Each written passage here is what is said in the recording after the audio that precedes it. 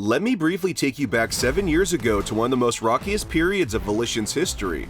For starters, the studio's publisher THQ had filed for bankruptcy before Deep Silver would step in and purchase Volition in January of 2013. While all this was happening, Volition was merely 7 months away from releasing Saints Row 4, the last and most divisive title in the series.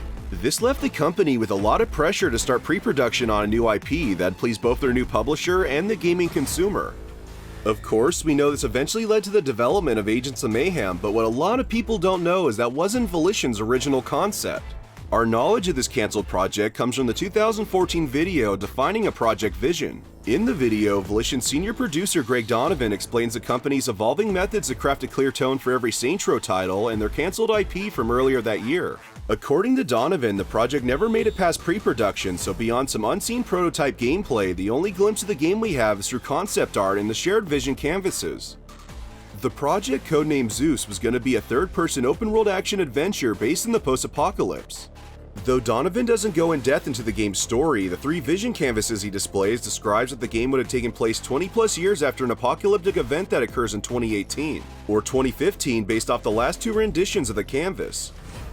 The location would have been set in the city of Rio, where the remains of civilization would endure behind giant protective walls.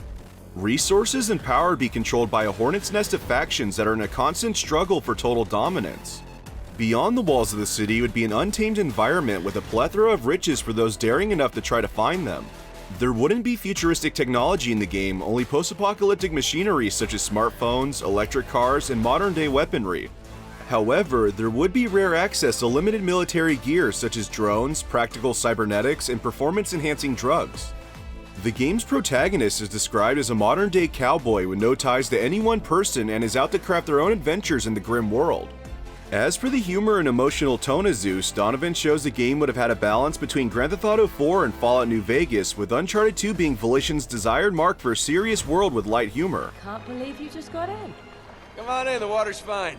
No way, you just want to see my t-shirt wet. So immediately, you get the feeling this game would have taken itself a lot more seriously compared to Volition's previous titles at the time. Personally, I get Saints Row 2 vibes from the tone, which makes it all the more disheartening the project was cancelled. But wait, we haven't even described the gameplay yet. From the final draft of the Vision Canvas, the core gameplay elements consist of exploration, ranged combat, and player progression. It only makes sense for a post-apocalyptic game like this that a lot of your time is spent exploring and uncovering the unknown. Though, unlike games like Mad Max or Borderlands, the canvas shows that Zeus would primarily take place in urban areas of the city. There still would have been a large environment outside the city, but I guess it would have been safe for more risky adventures. Vehicles are described to make up 25% of the gameplay, so even though you could drive around feeling like a badass, most of the gameplay would consist of on-foot action. Little is mentioned about combat, but it seems elements attempted in previous Volition games would have been implemented. Under core features, there's a bullet point for a cover and traversal system. This is something Volition has tried to add to nearly every one of their games since Saints Row the 3rd. Speaking of parkour and like traversal stuff, another game that was going to have cover in it, possibly like a cover system. Yeah. Player progression is where things get interesting.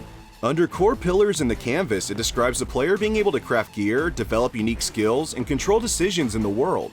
You would apparently be able to ally with any faction, and there would be an extensive speech system where characters would remember what you said in previous conversations. I'm guessing these features would be quite similar to the 3D Fallout games and BioWare's RPGs. Another large component of Zeus would have been customization. The player's character, gear, vehicles, and skills could be completely customized to their liking. Volition has always been one of the top leads when it comes to customization in gaming, so I'm sure this feature would have been heavily fleshed out. One aspect of the game that isn't entirely clear is its multiplayer. Throughout each vision canvas, the multiplayer would constantly evolve. In the first draft, it mentions there being 2-player co-op and free-for-all PvP areas. In later variations of the canvas, PvP is completely dropped and the co-op is up to 4 players. The final draft still has 4-player co-op, but under next-gen features, it bullet points something called Co-op Community. It isn't explained how this feature would have functioned, but if I had to guess, it would likely be something similar to Agents of Mayhem's online contracts. However, since speech and text is another labeled feature, maybe it could have been a community hub where a large group of players could interact with each other in a small location. Zeus would be in pre-production for roughly 4 months before the game was cancelled internally. The exact reason isn't explained, but Donovan shares his personal belief that Zeus would have taken far too long to develop, and many aspects of the game were too foreign to what Volition was accustomed to. But by establishing this vision, we were able to earlier see that making this game would have taken us a lot longer, and what we were aspiring to do is a little bit outside our core competencies. Personally, I find it simply devastating this game was never made. I've always been a massive fan of the post-apocalyptic genre, so I would have loved to seen Volition throw their hat into the ring. Although the prototype gameplay for Zeus has never been released, Josh Stinson has mentioned during a Volition stream that he has the footage and will eventually share it in the future. Anyway, that's Volition's 2014 canceled project Zeus. If you would have been interested in seeing the project finished, please share your thoughts in the comments below. And before ending today's video, I'd like to give a special shout out to my Patreon sponsors: John, Jordan Flattery, Scissorp, Kaya M, and Sis121525.